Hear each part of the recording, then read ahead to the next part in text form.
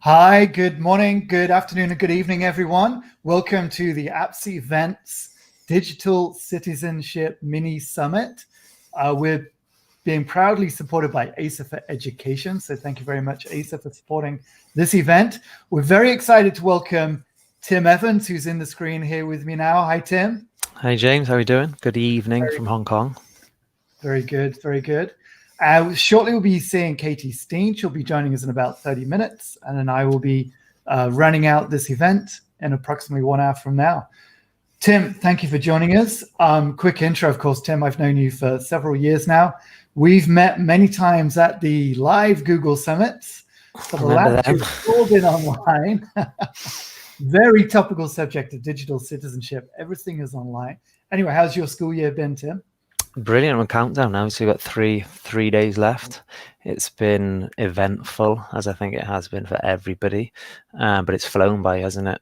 And that's it. We remember we were on a summit about this time last year, and we talked about how COVID affected, and that must be it for now. And we're still talking about it. So no, it's been great though. It's been good fun. I do remember probably about 12 months ago, we talked exactly about that. Schools were closing for summer. We thought that would be it. Summer will be over and everybody will be back in school. However, that was not necessarily the case everywhere. So that's brought about at the end of the year. It's a good time to reflect on what has worked well for online education, what's not worked well, but more importantly, how we can support parents, students, and teachers. And that's exactly what we're going to do today. Tim is with quite a big school in Hong Kong. What's the name of your school, Tim? Stanford American School. And given the environment that is in Hong Kong, being an international education school, they've done some amazing things for their parents, and that's what we're going to hear from Tim about. So Tim, if you're ready, I can bring your screen in. Please do. Let me know if you can see it there. And I'm going to jump ahead there. So everybody, I'm going to kick us off this evening. Obviously, we're talking about digital citizenship, but I want to talk more about how we can actually support parents. For me, it's just as important as what we actually do in the classroom with our students. And we'll discuss a little bit more about why I think that, but also how we're actually doing it. So just a quick intro to me, just again, give a bit of context about my situation. So I'm originally from Wales. I've taught, I was an ICT teacher many moons ago. Then I was a digital design teacher in Spain, where I got my interest in international, the world of international education. And now I'm just close to completing my 4th year here as the Educational Technology Coordinator. To continue the context again, so we can potentially compare schools and compare where you are and how this may fit in with you. So we're a K-12 school that's going to grow to K-10, the school that will grow to K-10. We're currently on about 750 students, 70 teaching staff, and you can see there the devices that we're using. So we're one-to-one. All our students have access to devices. And as of about a year ago, we've allowed all our students to take these devices home. The climate was so uncertain, it was so fluid. We just decided, look, we want these devices to go home. It's supported online teaching and learning, and these are managed devices, so it's just something that we decided. The flip side of that, then, we knew every student had access to the internet, so again, this is that digital citizen piece became even more valuable, and you can just see there some of the platforms that we're actually using then. So I wanted to start with this because we've all probably seen this. We've seen 2016, 2017, and how basically I go and try and dig these out and actually see how the internet's evolving. And basically everybody now is connected. There's a generation now of young adults, young teenagers who were born into this world of technology. They were born into Facebook. So a lot of our students were born post Facebook, where I remember I was actually traveling for 6 months, and then I came back and Facebook was there. We're going back 15 years ago. Where these youngsters are used to it. It's the norm for them. Okay, we can see newer things there like your Twitch, your TikToks. But this is what they think is normal. So there's no sense of or how does this work. It's just they just do, they just want to use it. However, parents are slightly different. So parents may be a little bit naive, if that's the right word to use. So it's important that we help them on that journey with supporting their child. This is a question then that I get asked weekly. Okay, well, parents will say to you, well, how much screen time? How much time should my child spend on their screen?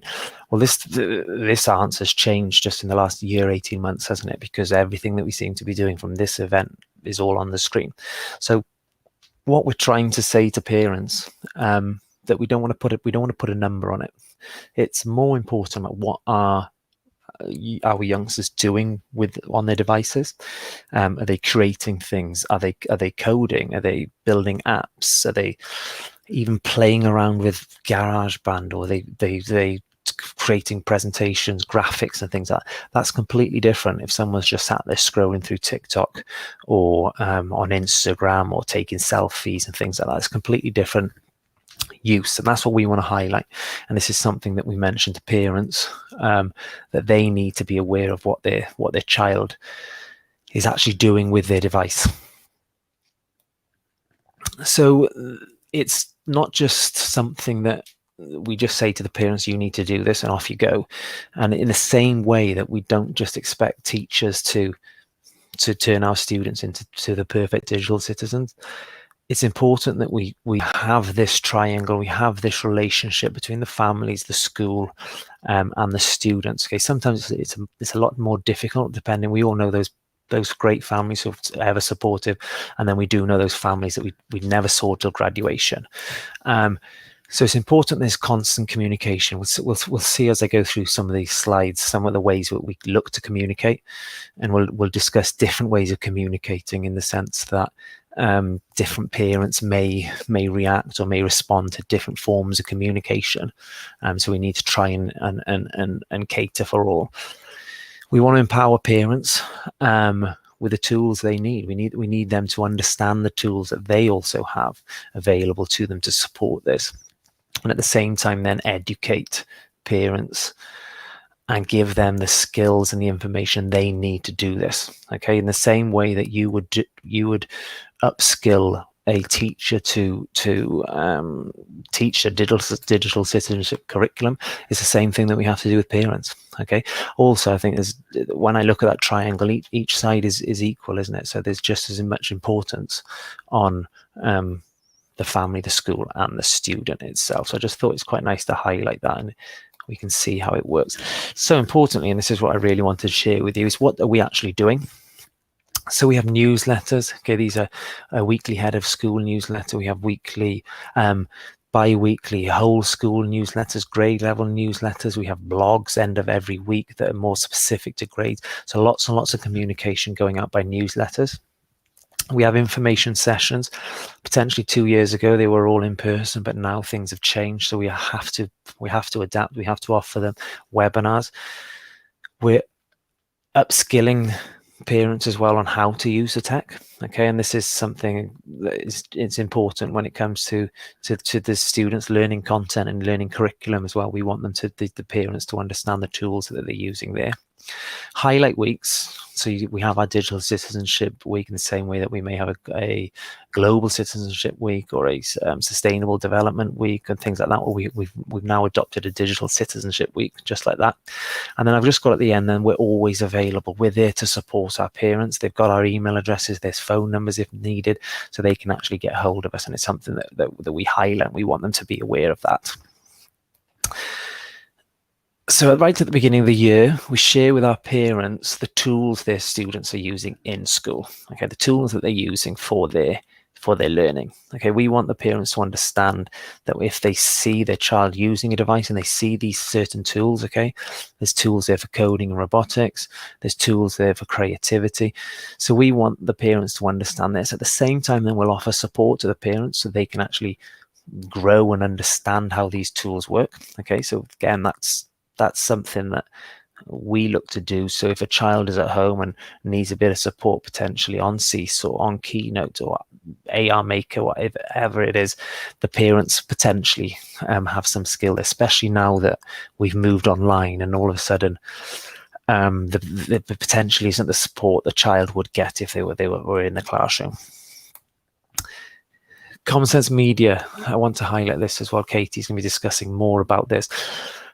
We all have heard, or potentially we've all heard of the educator side of Common Sense Media, the content, the scope and sequence for a child to follow as they go through school. But also we highlight the parents part of it.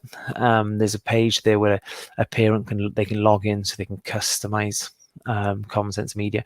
They can customize it in the sense of how old is their child. They can set it here so then all the content is relevant to them.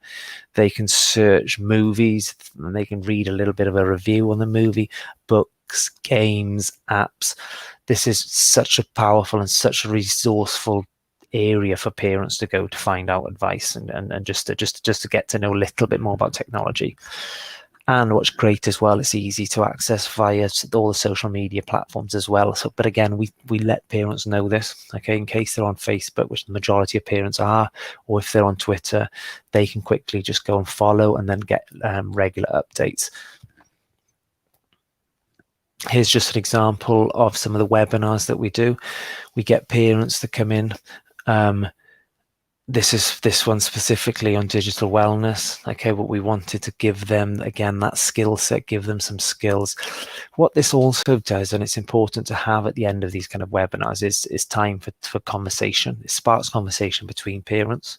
At the same time, then it also is a way of us to understand the children more and understand what the children are actually doing at home. So unless you've got a teenager, which we currently do not, if we haven't got a teenager at home, potentially you don't know what children are doing at home. So by having these parents on campus or having them on webinars and being able to talk with them, they too can support you as a school, and you can actually learn a little bit more about what children are doing outside of school. Screenagers, if this isn't a movie you've seen, I highly recommend you watch it. What we normally do is we get our +11, I think it's, so we get our secondary, our middle and high school students to watch it. What we try and do is we have the parents watch it on the same day. And then with the idea that they'll go home then and they will have this conversation over the dinner table, hopefully about what's actually happened. It's a documentary where a lady in the US, daughter wants to buy a mobile phone and she wants to learn a little bit more about the phone and what's happening, and she just goes, and it's actually an amazing documentary. She starts looking at gaming and she looks at some of the challenges parents face. It gives you some stats and some data that is pretty shocking. So we have this day with students and the parents both watch it then. If you go to screenagersmovies.com as well, there's resources there to help you as well, some printouts and some leaflets and things like that, which will help you turn it into potentially an event at your school. We've all probably seen these on our mobile devices, be it Android or iOS. Okay, so again, we share these with parents.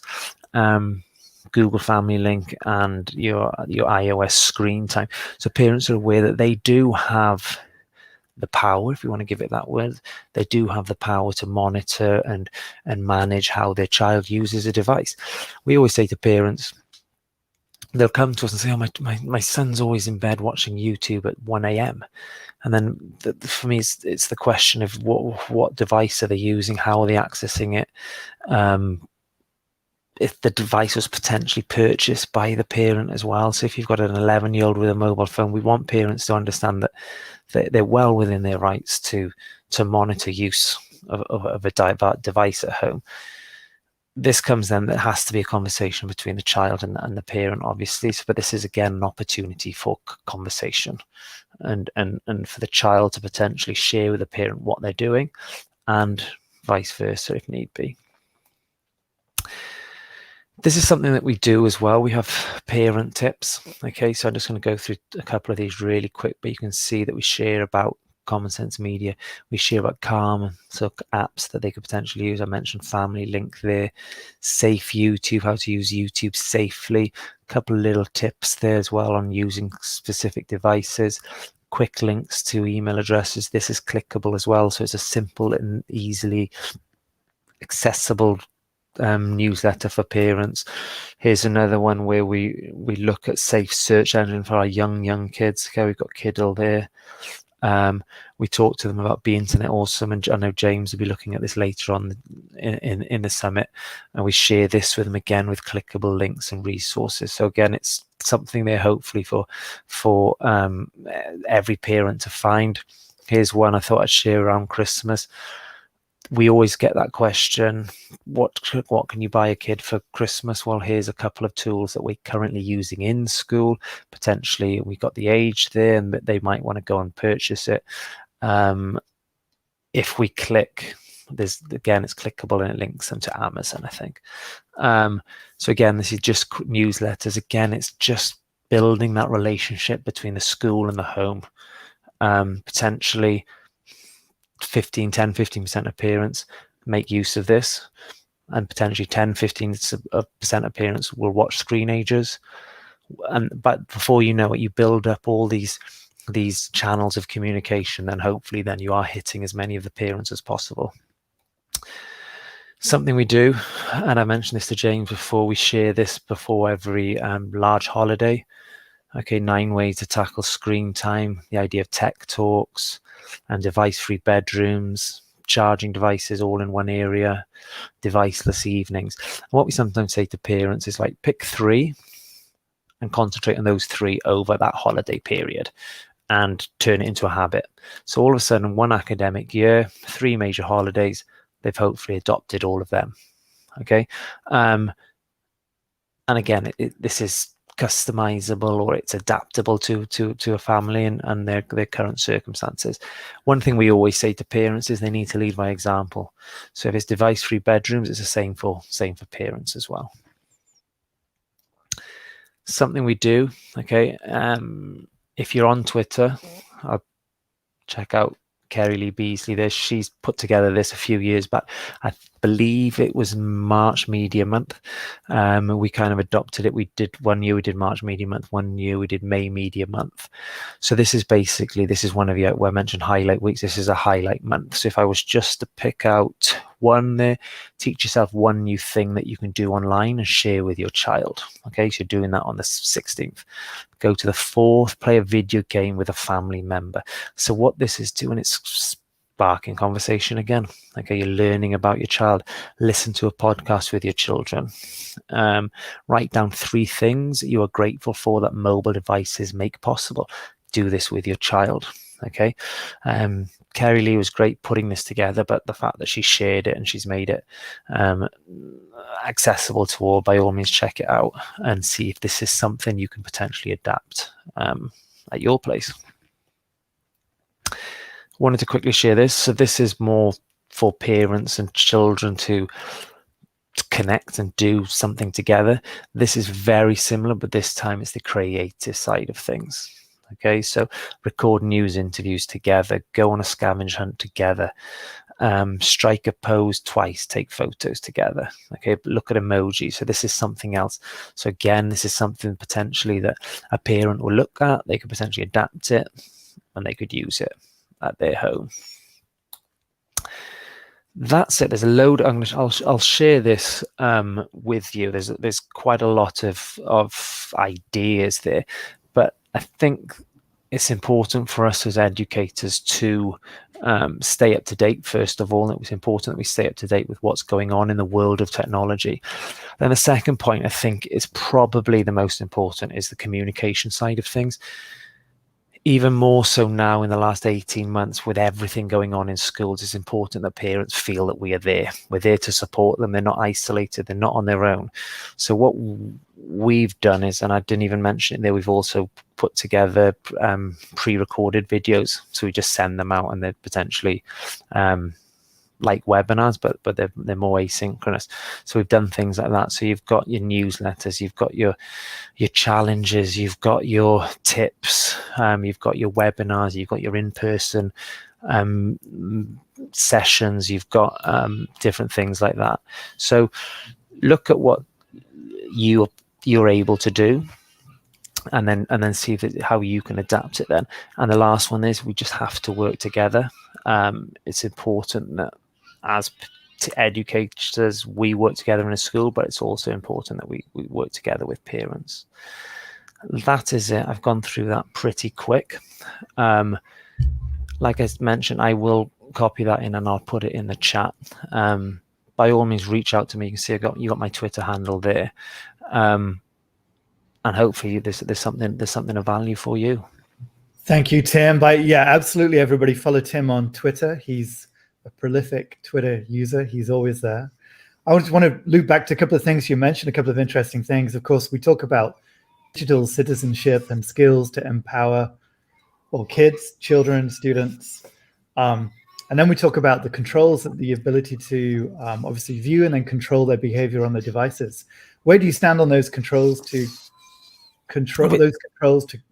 limit the time that they spend on different apps on devices? Yeah, so if we go back to that slide there, I think it's I'm of the ilk that you don't block things to begin with. Where possible, don't block things, because I think as teenagers they'll look to rebel, but it's important to have a conversation. I mean, as we want our parents to do the homework, and sometimes we do it for them. WhatsApp in Hong Kong's 13. The majority of 11-year-olds are on WhatsApp. Instagram here is 12. 13 in most countries. Again, a majority of 11-year-olds are on Instagram. So there is maybe reason to start blocking platforms, but we want that conversation. We want parents to feel comfortable having a conversation with their children about things, and this is perfect for doing it. So we can say, look, just on the screen we can see this: social networking, an hour and 13 minutes, entertainment. Again, these are giving us facts bases. It's giving us data that we can then go and have a conversation with our child. And by all means, then we do say to parents, if you need to take a device away or you need to block things, there's the potential to do that. But I think that's always the last resort. In the same way, James, when we're managing devices in school, then we don't always want to block things straight away. But there is the power to do that then if needed. Yeah, I have 2 teenagers at home, and I've for years practiced the old teaching, leading by example. I think Gary mentioned that a moment ago, and Katie did in the comments. But yeah, we found that we do restrict hours to certain apps. So you can actually, on those controls, you can actually limit to maybe 2 hours per day on social media. And you got to remember, of course, for the last 12 months, 90% of my kids' social interactions have been on social media. Yeah. It's been a particularly challenging year to work with that. And it's like you said, if you could say to right between 6 and 7 p.m, that's your time then. And then it's lead by example, isn't it? Where you can't just sit on the sofa then and scroll through Instagram or scroll through Twitter as well. Excuse me. So I think it's important to have that relationship and have that conversation. And you know what? Kids will find a way around whatever controls you put up. They'll find it. I have a 14-year-old boy who knows more about yeah, I'm sure than I do. Keeping us on our toes though. So well, thank you. We thank them.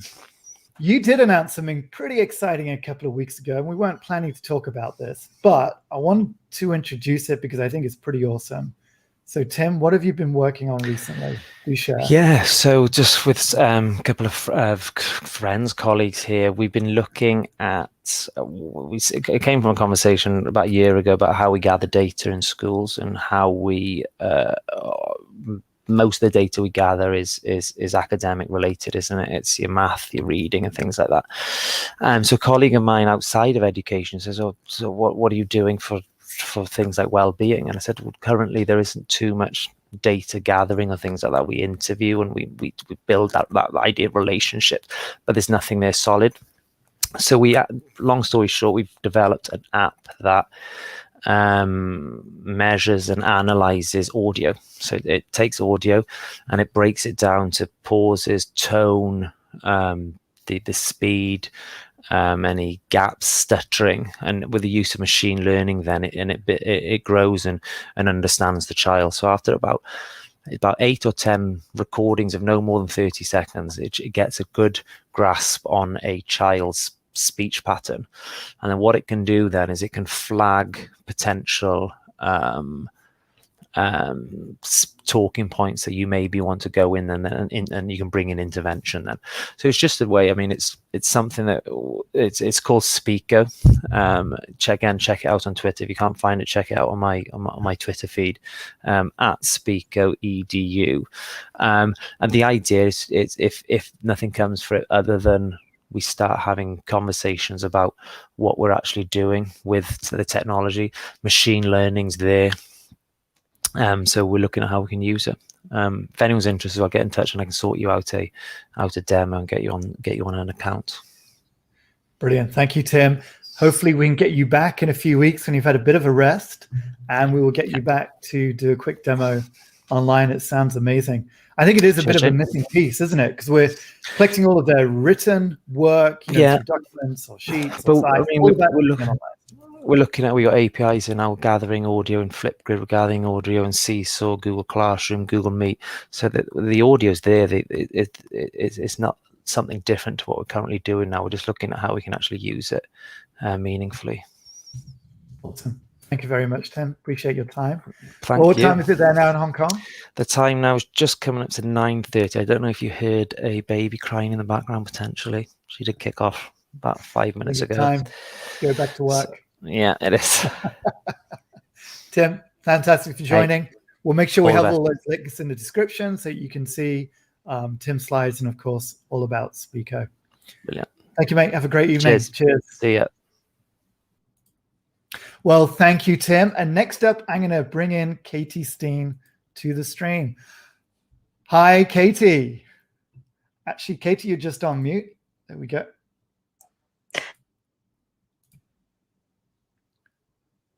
There we go. I think I unmuted you, and you did the same at the same time. Just saying, hi, Katie, how are you doing? Hi, James. I'm great. How are you? Awesome. Now, the last time I saw you was in India. That's right. We were in Bangalore for the summit. You were working in India. So a little bit of background there. What school were you at? So I was at Stonehill International School in Bangalore for 2 years as the EdTech coordinator. Yep. So we had a great Google summit, our first one in India, I believe, and had an awesome event then. It was absolute event, first summit in India. Absolutely. Mm-hmm. Hopefully one day we can make it back to India, because Bangalore was a great school. Stonehill was a great school. I know your old principal, Simon McCluskey, is in Korea now. Mm-hmm. And where have you moved to? So I am now in Barcelona, Spain. So I used to work at the American school here as well as a tech coordinator before India, and I moved back just before COVID. So I've been here since then for the last 18 months or so. Mm-hmm. Fantastic. And you are going to be, let's bring your slide up here. So thank you for joining us, Katie. So quick intro, what are you going to be talking about? So I'm going to talk about the teacher side of Common Sense Media and their resources for teachers in schools and digital citizenship. So it was great that Tim was able to show the parent side of things and what a huge resource it is. And now for those that are new to it, we're going to look at what they have to offer, and then also some of the upgrades in the last few years that make it really compatible with the Google Classroom.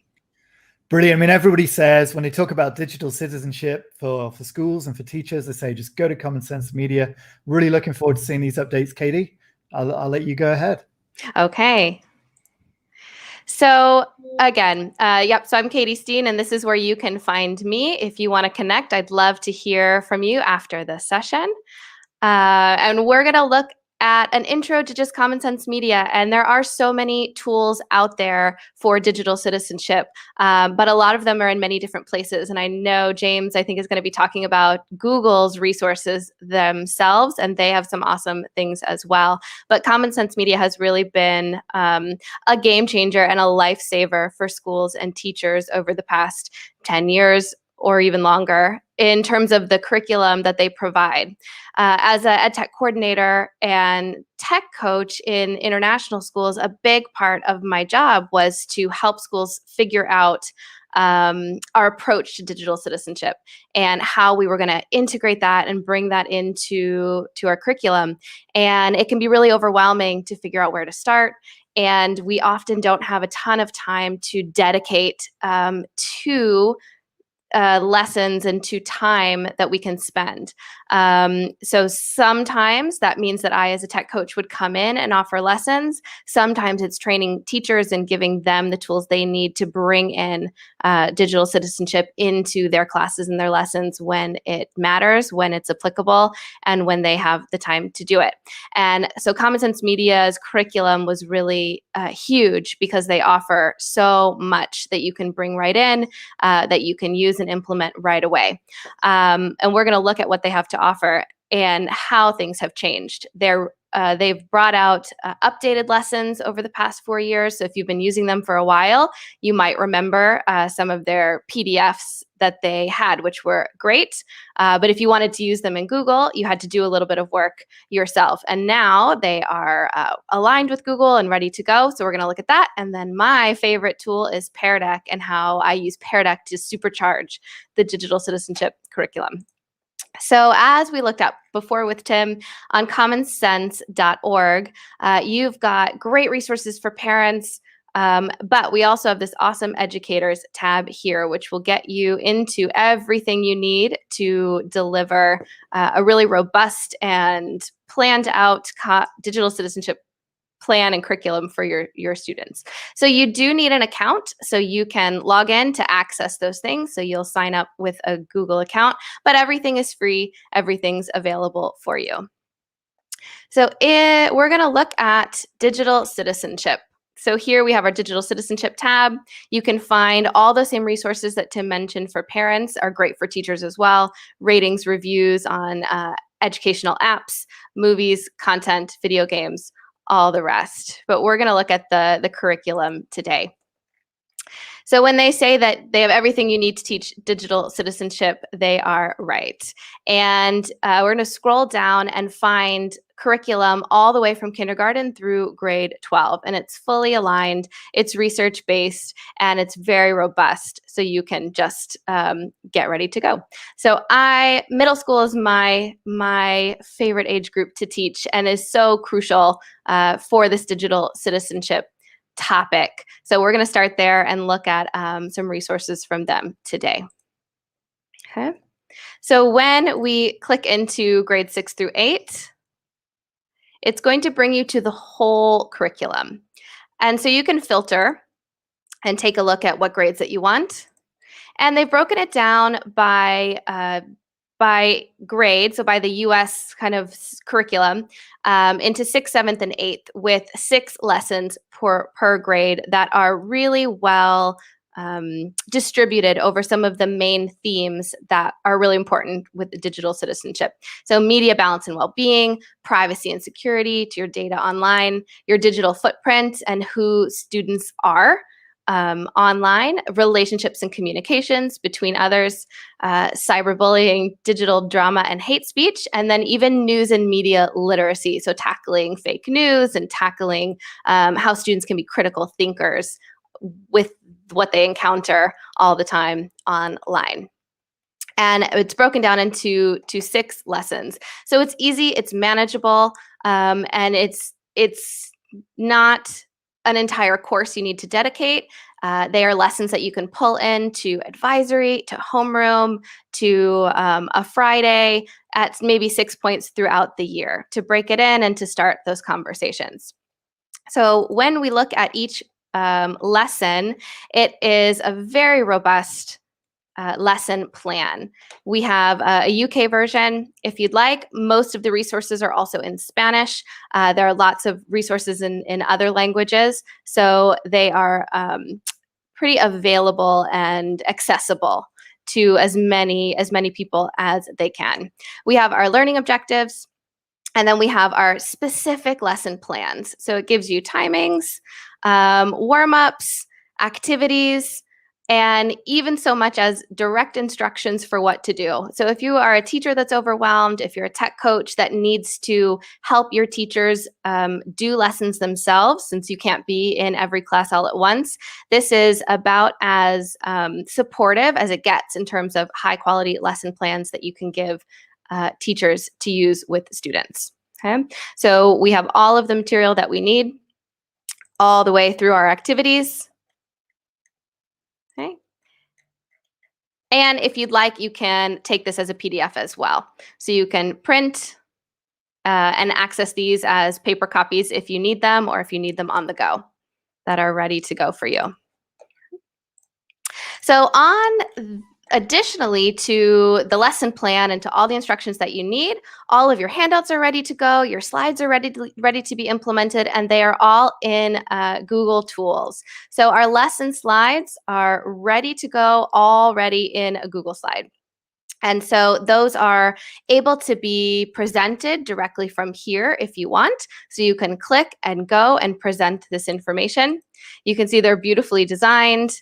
They follow what we want our lessons to be with our learning objectives, our directions, our warm-ups, and activities. So the material themselves is great. Then you can see we've also got activities that are included, handouts that are included, and those are in Google Docs as well. So these used to be PDFs, and the slides used to be in PowerPoint. And now, I used to have to take them and customize them for my school, because this is a great starting off point.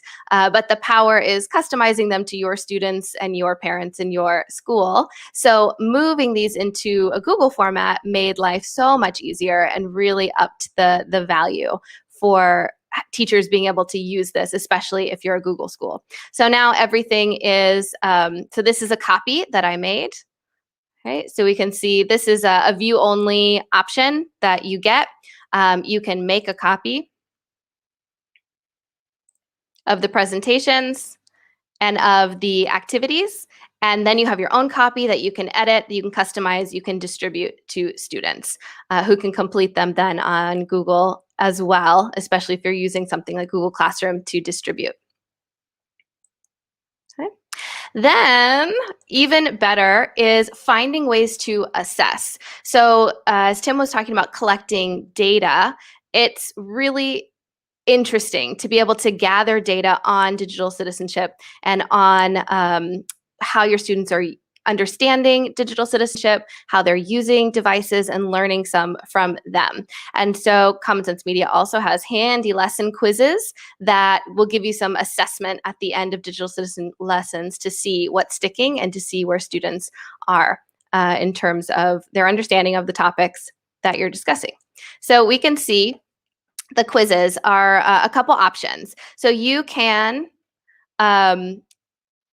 send these out directly through Google Classroom. So these will come as a Google form directly into Google Classroom, into your classroom, and then you can pull those grades right in, and it's all integrated for you, which is super handy. Of course, you can also look at these yourself. So if this is something that you want to look at with your classes as a whole, as a presentation, you have these options as well. So very robust, very full, has everything that you need to present this whole lesson all the way from objectives to assessment.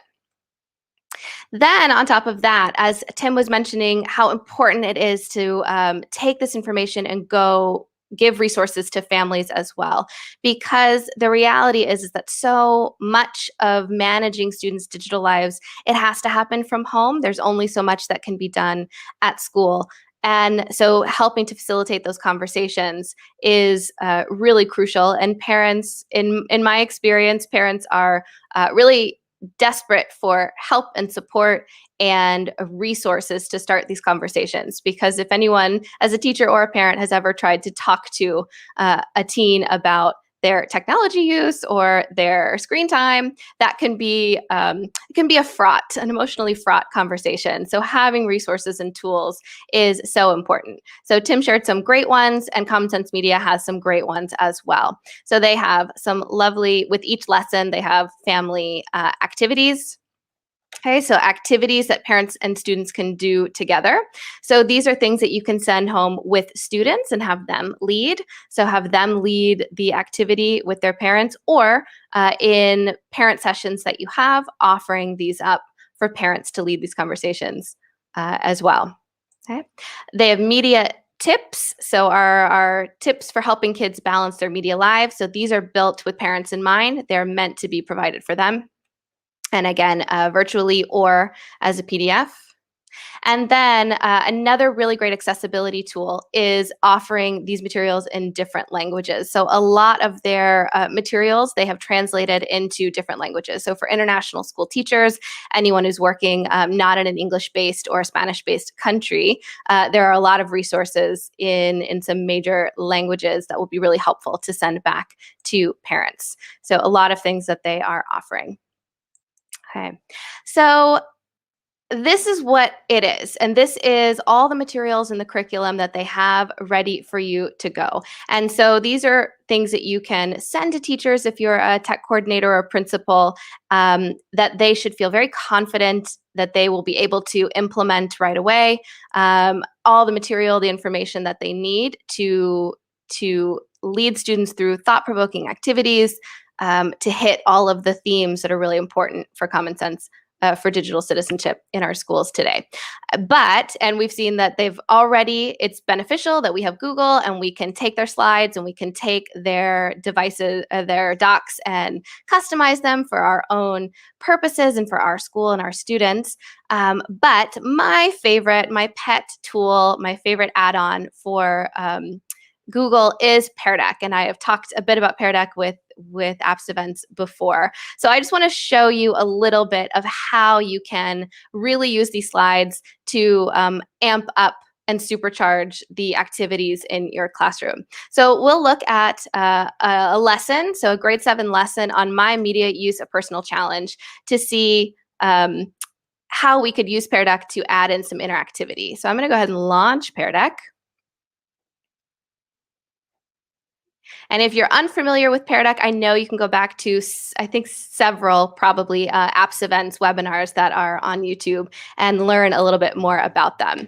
And so we're just going to look at a few examples. So one of my favorite things to do, so we have an essential question, is to actually start and let students answer that question right before we get started. So we can add in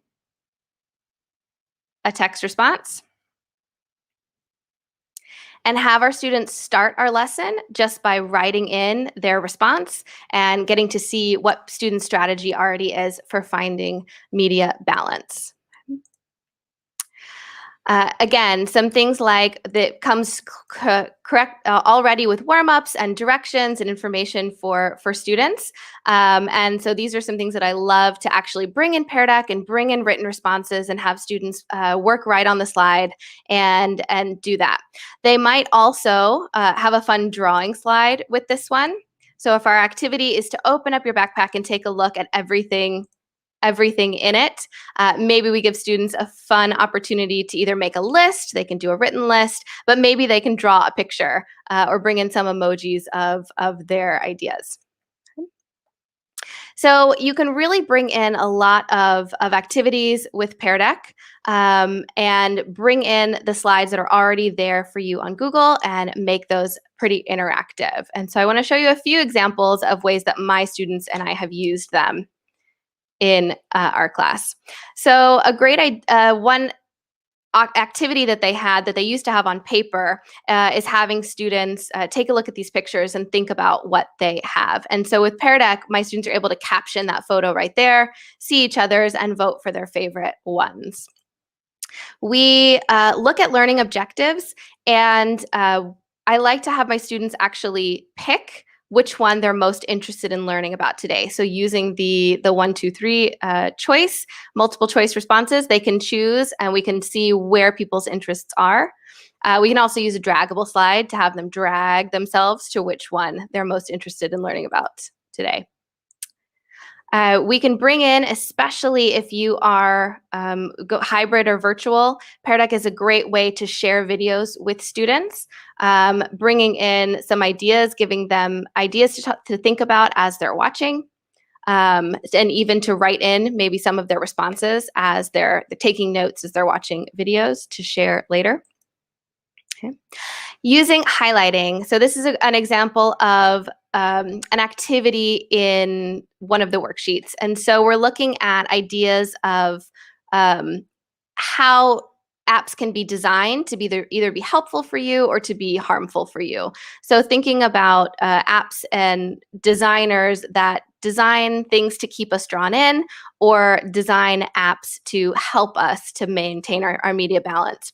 And so we're looking for examples. And so one activity with a drawing slide is to be able to go in and highlight actual evidence in the paragraph that they have been provided. So ways to interact with the activities and to see what other students are doing.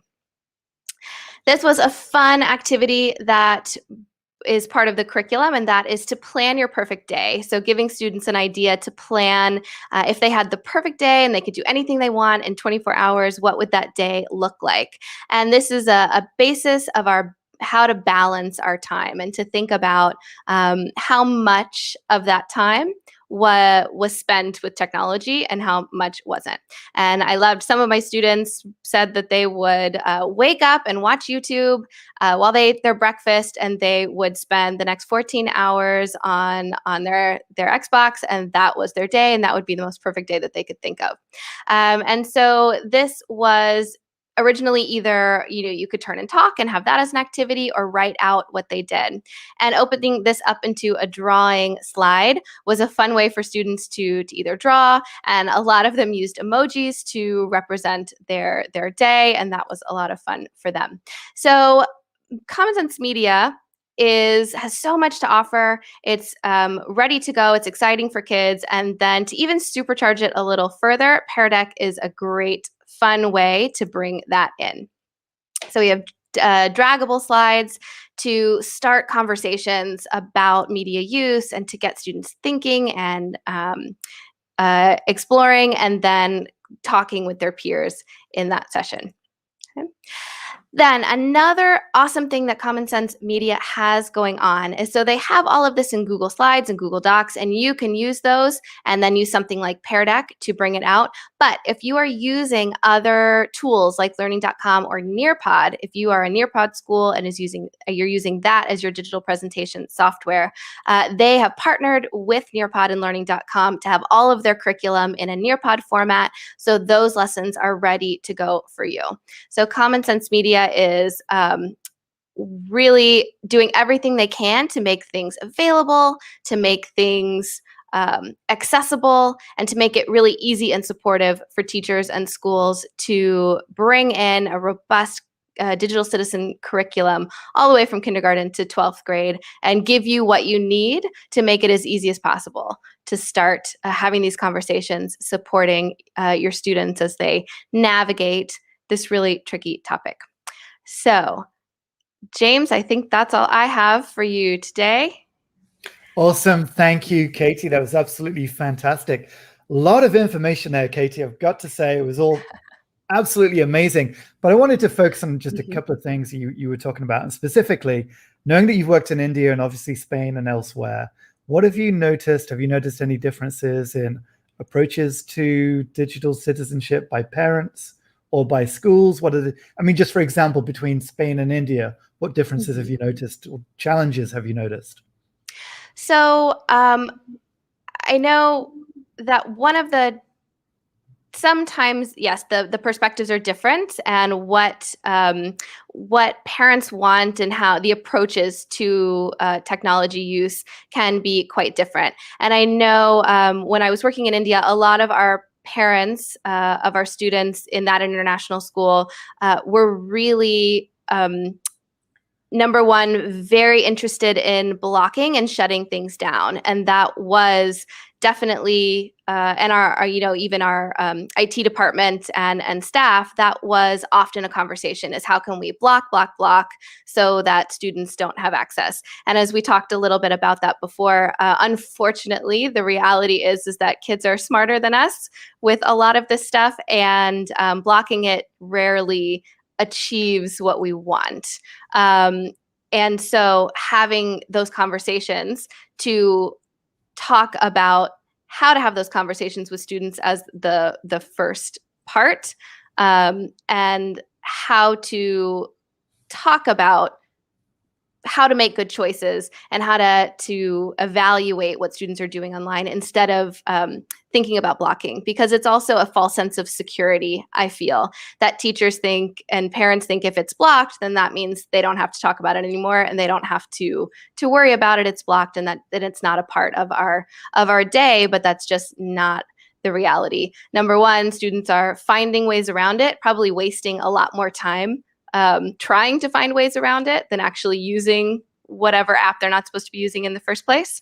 And then the other thing that I noticed, and I don't know if it's really a difference per se, but how many parents came to me during sessions on digital citizenship really needing permission to help their kids make better decisions. Just hearing somebody say that it's being a 12-year-old with a phone is not a right, even though they think it should be. And that as a parent, you do have the control, and it is within your power to insist on devices being out of bedrooms at night, and to insist on computers and homework being done in the living room. And so helping parents feel equipped to have those conversations and helping them feel like they have the authority even when their teenagers and preteens are very opposed to that idea, that they think that it should be their right, but it's not, right? And it's part of helping them learn to balance and be good digital citizens. Yes, I mean, it's a couple of very good points. I think I mentioned earlier, my son, we controlled his Google account, and he quickly found, of course, opening incognito window to get around all of the internet history. So even though we talk about digital citizenship all the time, of course, there are going to be mistakes made, and sometimes you have to let kids make those mistakes. And I think you were talking about mobile devices there. I noticed it in Asia first. Of course, Asia is a mobile device first internet environment, let's say. And a lot of individuals, entrepreneurs are doing all of their businesses from a mobile device. They're selling, they're importing, they're exporting, whatever they're doing, it's all mobile first. So as soon as you say, take away your phones, put your phones away, you're removing their most important tool. Very interesting. It's true. And really, in schools, we are using so much technology for learning, and that boundary does get blurred a bit into what do they need for school, and how do we balance the screen time, since schools are asking students to be online a lot and to use a lot of these tools. So it definitely is a give and take, and that's why conversations have to be the bedrock. Well, thank you, Katie. And so now you're back in Barcelona. What have you been doing the last sort of 6 to 12 months? So I am doing technology coaching. So I'm doing instructional technology coaching with teachers around the world. So I've been working with some teachers in California, helping them navigate hybrid, and helping teachers and schools really get the help that they need and the support with that. And then doing some tech training and some. Oops, I think we just lost Katie's audio. Oh no. There we go. You're back. My headphones are giving me some problems lately, but yeah, working on a course this week with some teachers here in Barcelona through Erasmus on integrating traditional arts and technology. So that's been a fun week. Awesome. Fantastic. Well, thank you, Katie. We'll make sure that your Twitter handle is in the YouTube stream for later if people want to connect with you. In the meantime, thank you very much, and we will we'll hope to see you soon at a live event sometime over the next 12 months. I can't wait for that. Awesome. Thank you, Katie. Have a great day, great rest of the day. Goodbye. Thanks, you too. Bye. Okay, quick shameless plug here for Apps Events. Katie is doing obviously technology coaching, and Apps Events are actually offering the Google Certified Coach program as well. So the details are on the screen here, but very quickly, just reach out to either Ben in the UK, Veronica in Europe, myself in Asia or Lisa in North America for any details about the Certified Coach Program. We're actually working with International School of Luxembourg later this year on the coaching programs. Be very excited to share details of that a little bit later on. Additionally, we are a Google Workspace for Education Plus partner. And in fact, this has changed now. It says try 1 month free trial. It's actually now a 2-month free trial for 50 users. So if you want to try the premium features of Education Plus, there's obviously all of the Google Meet features, for example, the breakout rooms and recording, but also beyond that, there's a lot of admin features. Tim was talking a little bit about collecting data, analyzing the data behind those interactions on social media. There's a lot of data you can now export from Google. You can analyze using BigQuery or something called Data Studio. You can analyze some of those things that are happening in your domain. Very exciting. So again, please contact us, reach out if you're interested in any of that.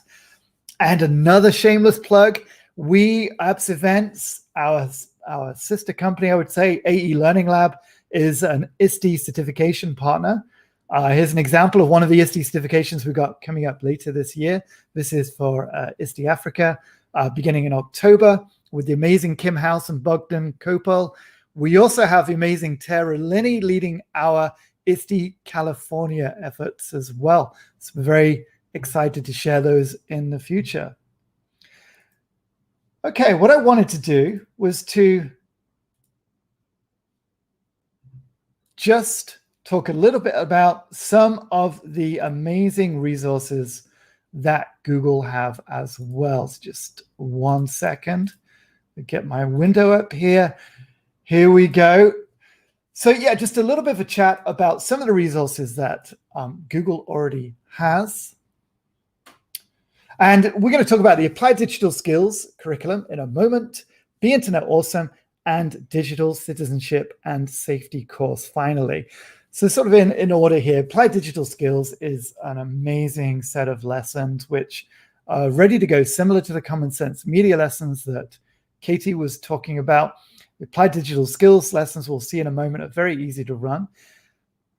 Be Internet Awesome, combined with Interland, which is a fantastic game for younger students. It partners some internet safety, digital citizenship lessons with a sort of playground that students can play in and learn about digital safety.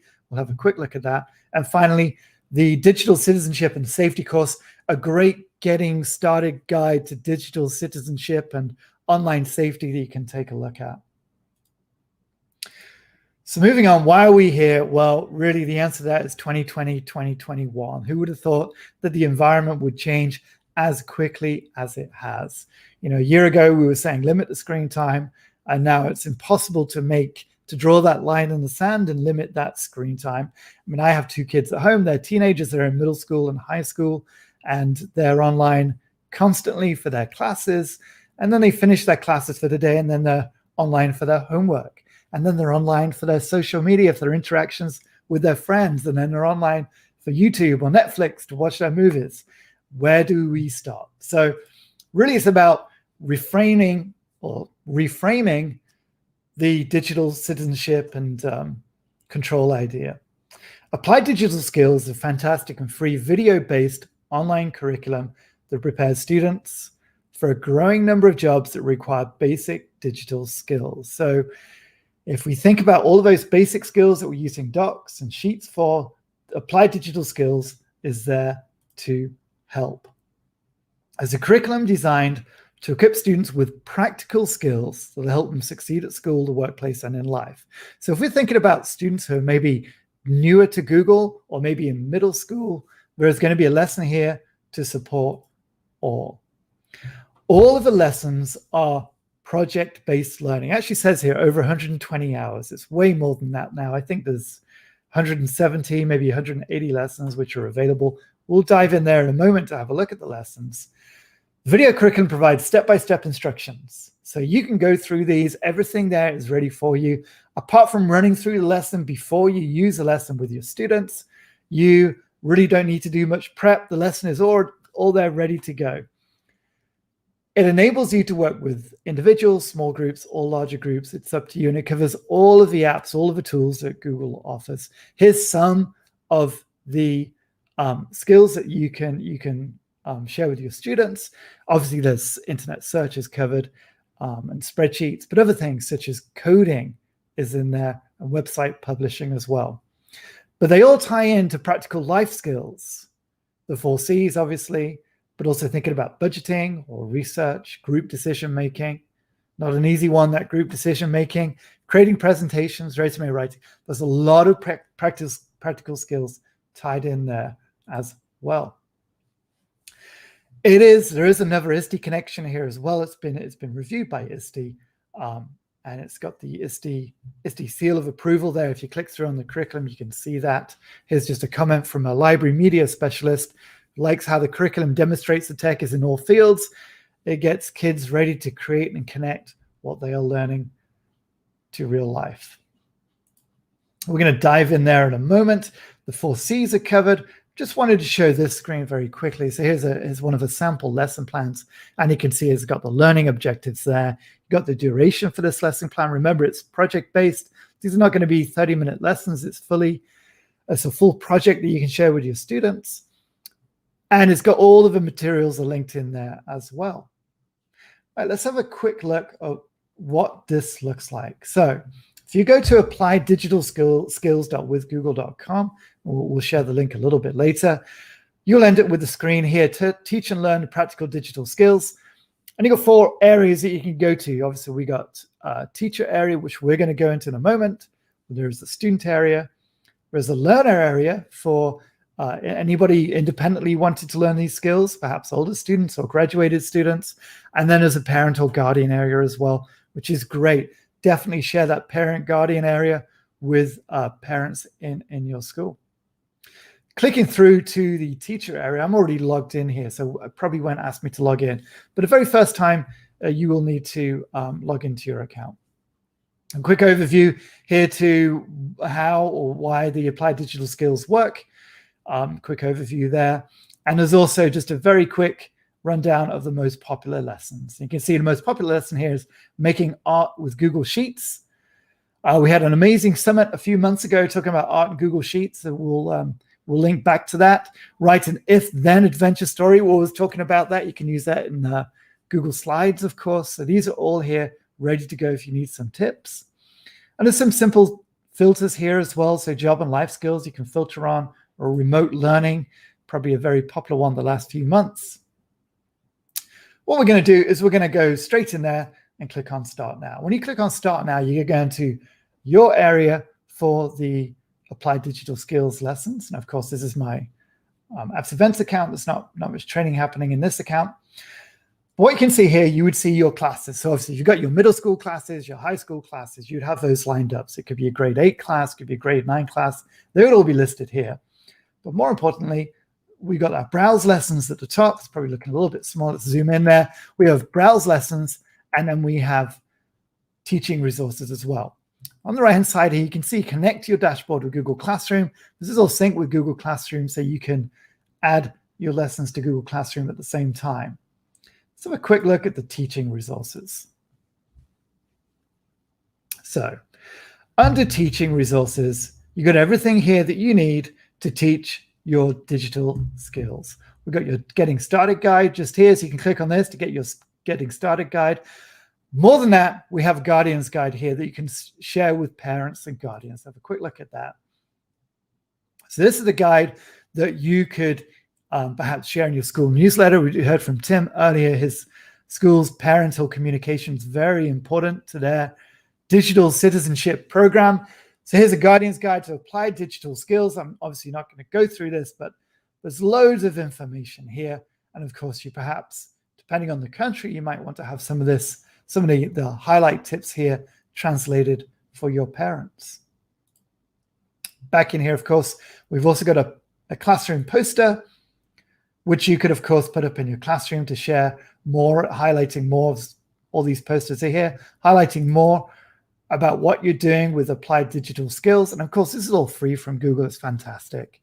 So here's some simple skills here. What would be great to see here, of course, maybe localize this. You could localize this, make a version for your own environment. I'm here in Thailand, Tim was in Hong Kong, and Katie, of course, is in Spain. So it'd be great to see these localized by schools for their own uses. Okay, so there's the getting started guide. So we go back to, once you've looked at the different resources there, then we go to browse lessons. And this is where you're going to find a lesson that you can share, that you can begin with your class. Now you can see here, we got browse lessons, we got some collections which have been recommended here. There's a science collection, digital art and games, and there's lessons within those collections. So you can see all of the lessons there. But over here on the left, we got our search function here. So you can search for a lesson, or you can use these filters. Quickest way to get in there, just use these filters. So let's say we're working with middle school and we're interested in lessons about Google Slides. So now we can filter down. So we've worked on it. We're working with middle school, we're looking for lessons on Google Slides. You can see here there's 31 out of 159 of these lessons are using Google Slides. And now we can actually zoom in a little bit more and we can actually hone in on a specific skill. And so we can select digital citizenship. And so we use 3 filters here to get in there. And we can see we've got 2 lessons, 2 projects that have come up here. We got design and share a digital badge and build healthy digital habits. We can see here that the timing is between 6 and 9 hours. And we can just click on this little icon here and it'll add it to our class.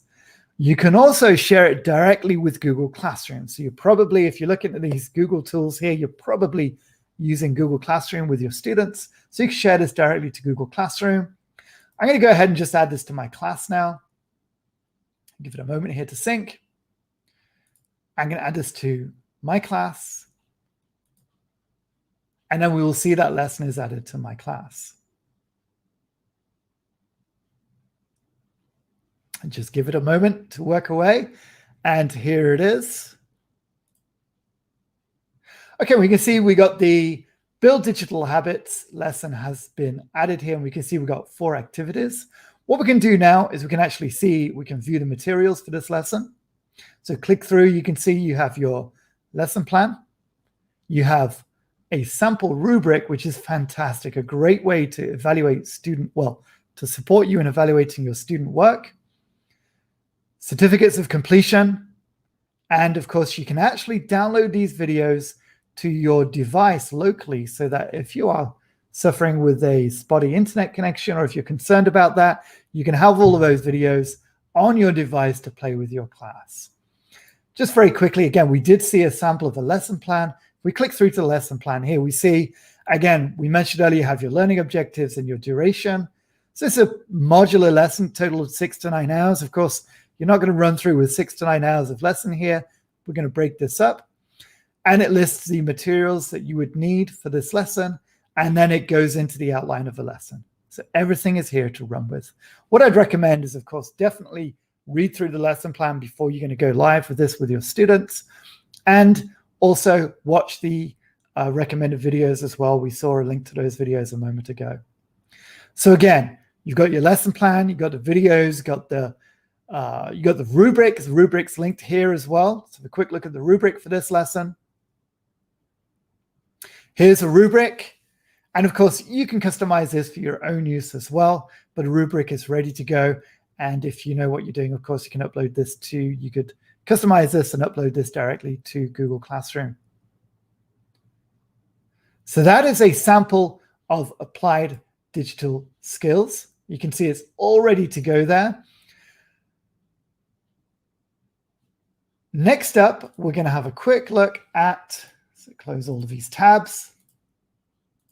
Very tab management here. Other digital safety resources from Google. So the next one we're going to look at is Be Internet Awesome. So Be Internet Awesome similarly is a collection of lessons, but these are tied into something called Interland. And Interland is an amazing online game for students, which we'll just click through to play now.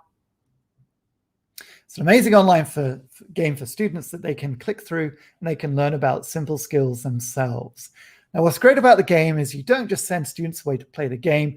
It's also synced in with a number of lessons that you can lead in class. So you can lead those lessons in class. You can lead those lessons online. Doesn't matter what environment you're in. At the same time as leading those lessons, the students can be reinforcing those skills with the game, with the Interland game. It looks amazing. And of course, students are going to have a great time playing with this. Personal experience, I've had my kids at home play with this. It was a great way just using this as a parent with my kids to get them started a few years ago on their own digital skills. Could sit here playing this all night. It's brilliant to get started with. Obviously, we're not going to go through all of that. In addition to the game, of course, we have the Be Internet Awesome curriculum. And if you click through on the same page, of course, this is beinternetawesome.withgoogle.com.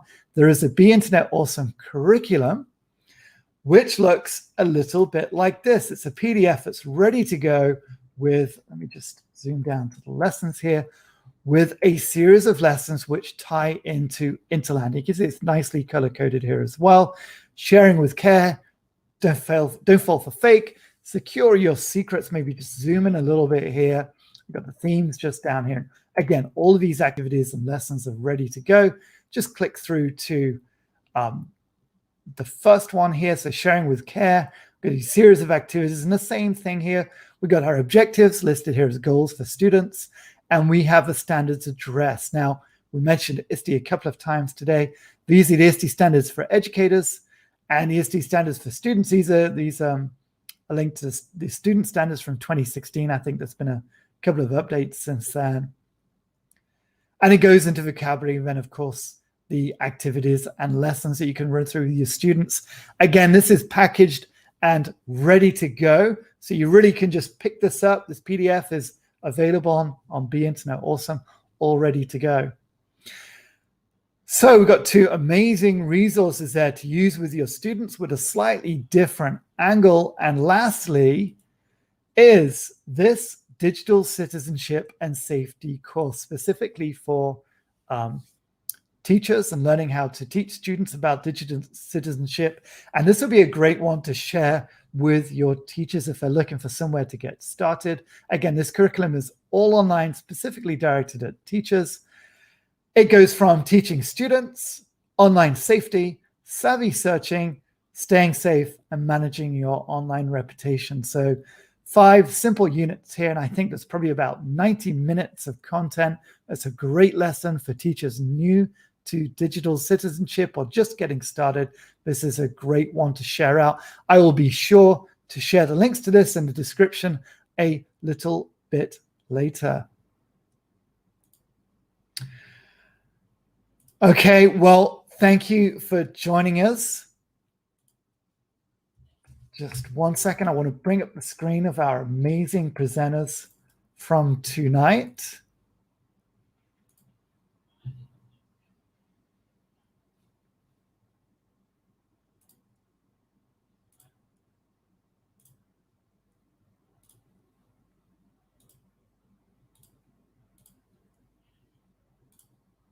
So once again, thank you to, let's bring up the other screen here, Tim Evans and Katie Steen. Thank you very much for both of you joining us. Anybody watching out there, for everybody watching out there, thank you for joining us. I can see that Georgina has jumped online. Great. Shout out to Georgina and Gary. We have to get you involved next time as well. I know Gary is in the Philippines. Georgina is in Jordan. A really global audience for this little mini summit today. I hope we can get back to the live events a little bit later this year. In the meantime, that's it from us. We do have a bigger event planned for October. It is our Connected Schools Conference. This is going to be an exciting brand new event. We're really going to be focusing on the digital on this one. Very excited to share some more details soon. Click through to the connected.school. I wish everybody a fantastic Tuesday, wherever you may be. It's the evening here. I'm going to go and kick my kids off their computers right now so they can go and read a book. All the best to everyone, and we will see you soon.